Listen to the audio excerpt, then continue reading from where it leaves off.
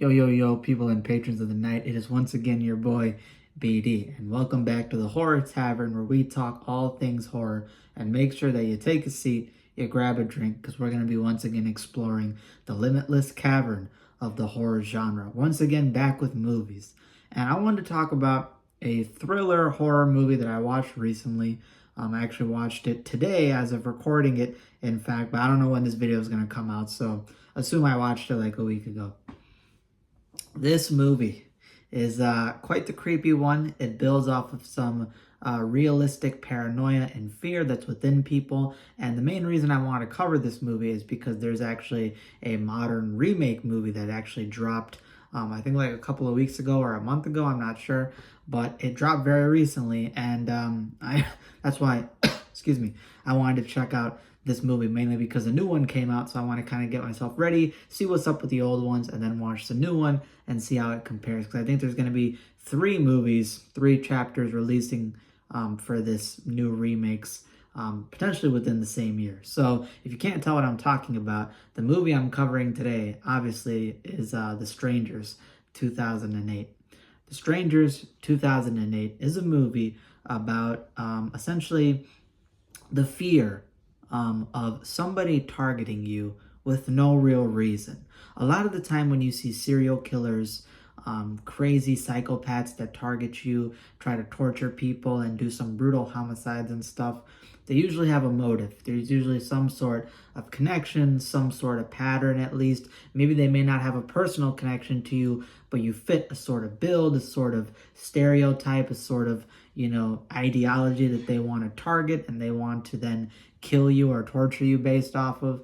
But there was these unique cases that happened back in the day, and I believe this movie's based off some of those cases because I've heard about these cases in a different video. I don't know if it was like a Mr. Ballin video or something, but there were some homicides that happened where the killers were never caught, and the killers apparently had no real motive or connection to the victims. They were just chosen off random. They just decided to pick some random people and then decide to torture and kill them. So quite the brutal case, and that's what the movie's based off of.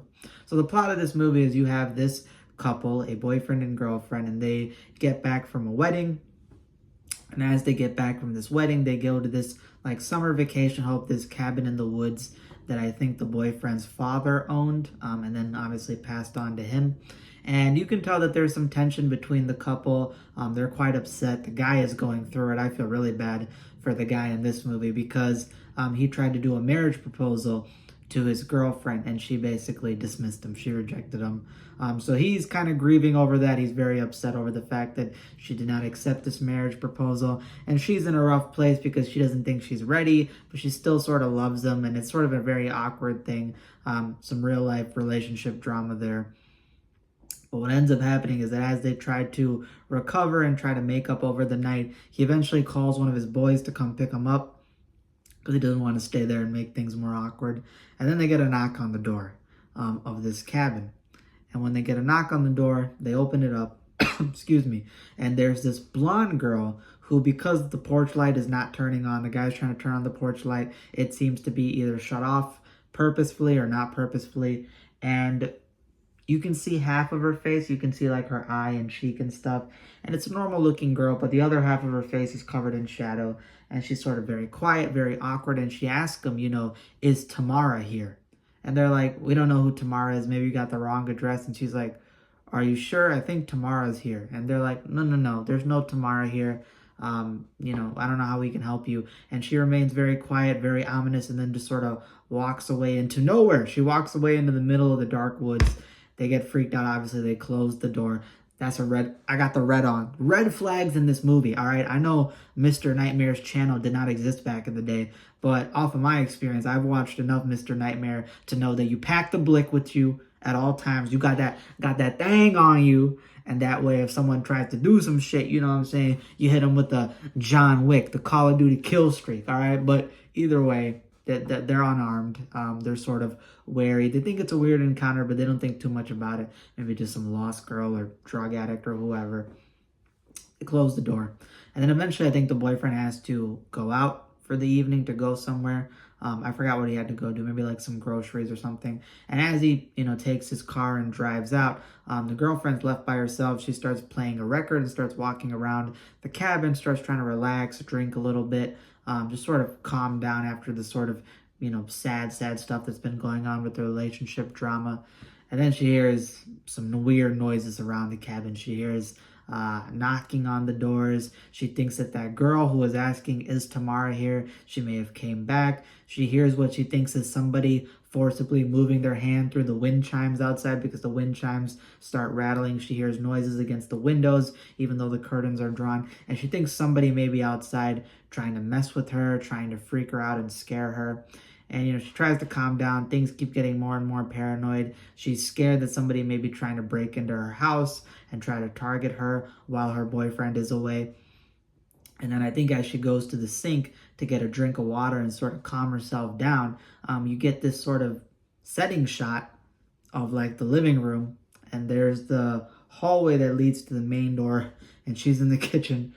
And as she starts walking towards the sink, you see this tall man wearing a suit, a tie, and this sack over his head. He's got this gray sack. It's got these cutout holes in it to make room for his eyes. And it's got this painted black smile on it. And he looks freaky as shit. This motherfucker looks like goddamn Scarecrow from Dark Knight, bruh. Looks like Scarecrow from the DC Comics. This random stranger is in her house. You can see him just quietly watching her and sort of just checking her out and stalking her. And when she turns around, obviously the figure is gone. The figure assumably went out, or is either hiding in the house or went outside. And when she goes back, she keeps getting more and more taunted. She keeps getting more and more freaked out. She keeps hearing more noises, people knocking on the door. And then when she eventually goes to the window, she grabs a knife from the butcher place, starts getting paranoid. She goes to the window, peels it open, and next thing you know, the guy with the bag face is sitting there and freaks her out. She runs back and she realizes that somebody's trying to break into her house. There may be multiple assailants that are trying to get to her and kill her. And eventually her boyfriend does come back. Boyfriend comes back, and then obviously they have to deal with getting targeted by these random killers who now want to break into their house, do them harm, and at best just harass them. They don't know what to do because these are very well-trained people. I mean, these strangers know how to move silently. They know how to taunt you. They know how to mentally, emotionally traumatize you and make you paranoid. One of the unknown assailants basically disables their phones, kidnaps their phones, throws their phones into the fire to let them burn, messes with the power grid. Obviously, the porch light that was not turning on is assumed to be tampered with by one of them. So they're in a lot of shit right now. And that's essentially the plot of the movie. Just them surviving this one night against these 3 random killers, all masked, who are trying to potentially do them harm. This is a pretty good movie, I would say. It's a very intense movie. It's simple. It's a very simple concept, but it is effective because it's real life horror. The idea that you could have these random strangers, as the title of the movie says, you could have these strange people try to mentally and emotionally abuse you, target you, try to kill you, and the idea that, it could be for no reason, it could be anybody, there's a chilling line in this movie where potentially they get confronted by the killers and they're put into a bad situation, and the main girlfriend basically screams out and says, why are you doing this? Why are you targeting us? And one of the killers goes, because you're home. And the cold delivery, the to-the-point delivery of that line, especially coming from these people who barely talk, barely speak, that was really threatening and menacing and scary.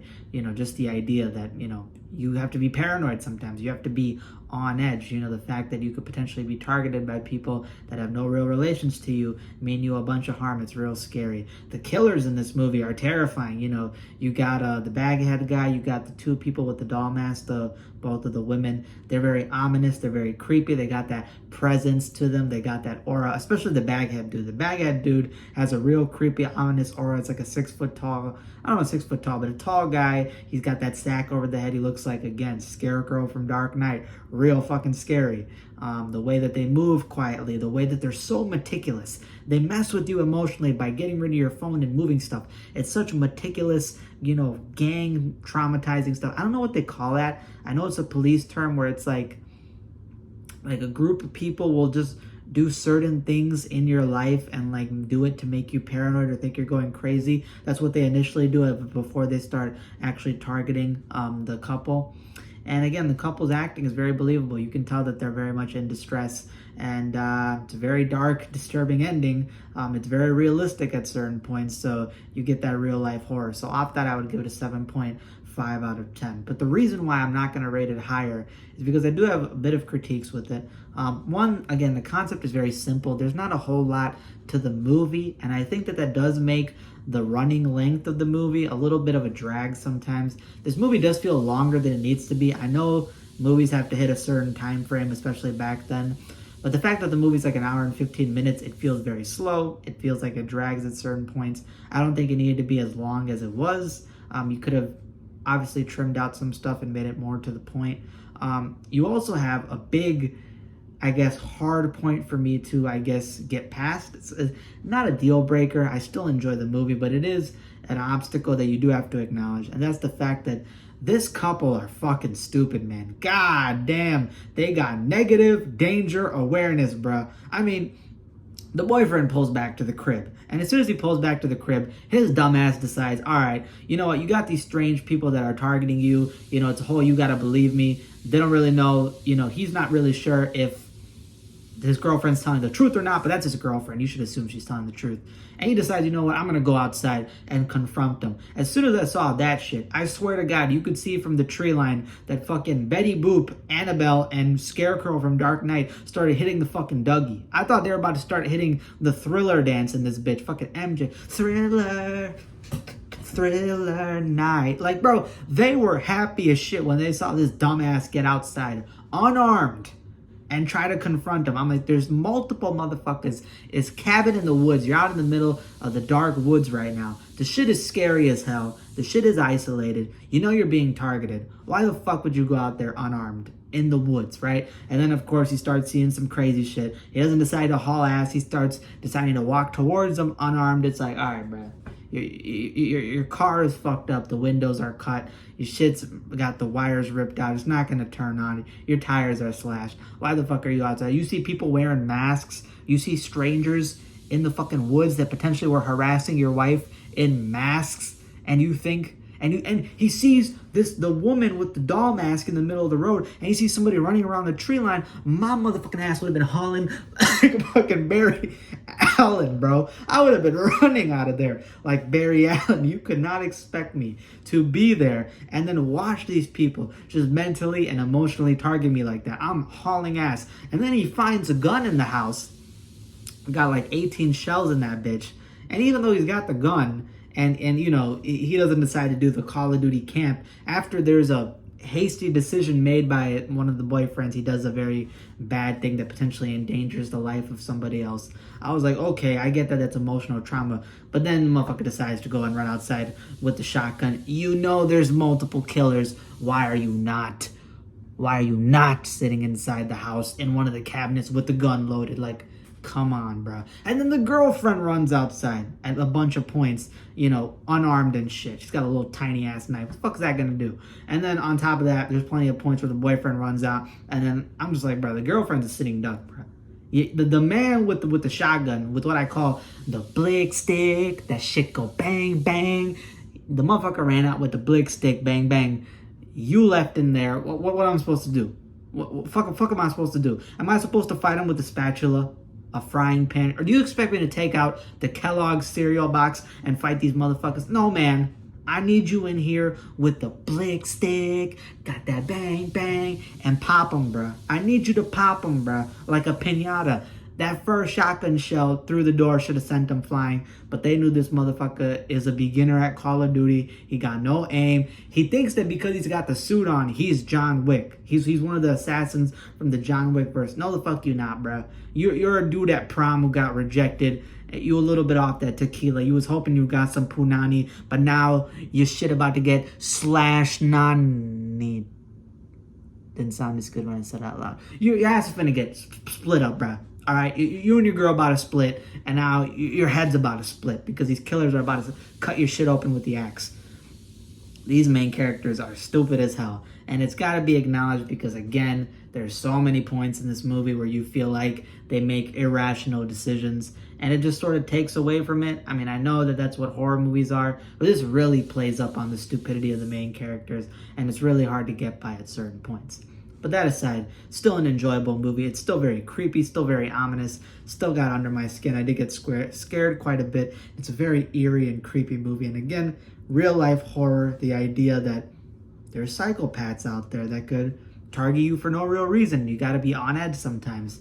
Again, cabin in the woods. If I go out in the cabin in the woods, you got to have the blick with you. You got to have multiple blicks. I'm going to be like John Wick. I'm going to have an ankle holster. I'm going to have 2 holsters right here. I'm going to get the automatic Benelli M4. I'm not going out a cabin in the woods without some type of gun. And then here he's got the gun and he does stupid stuff.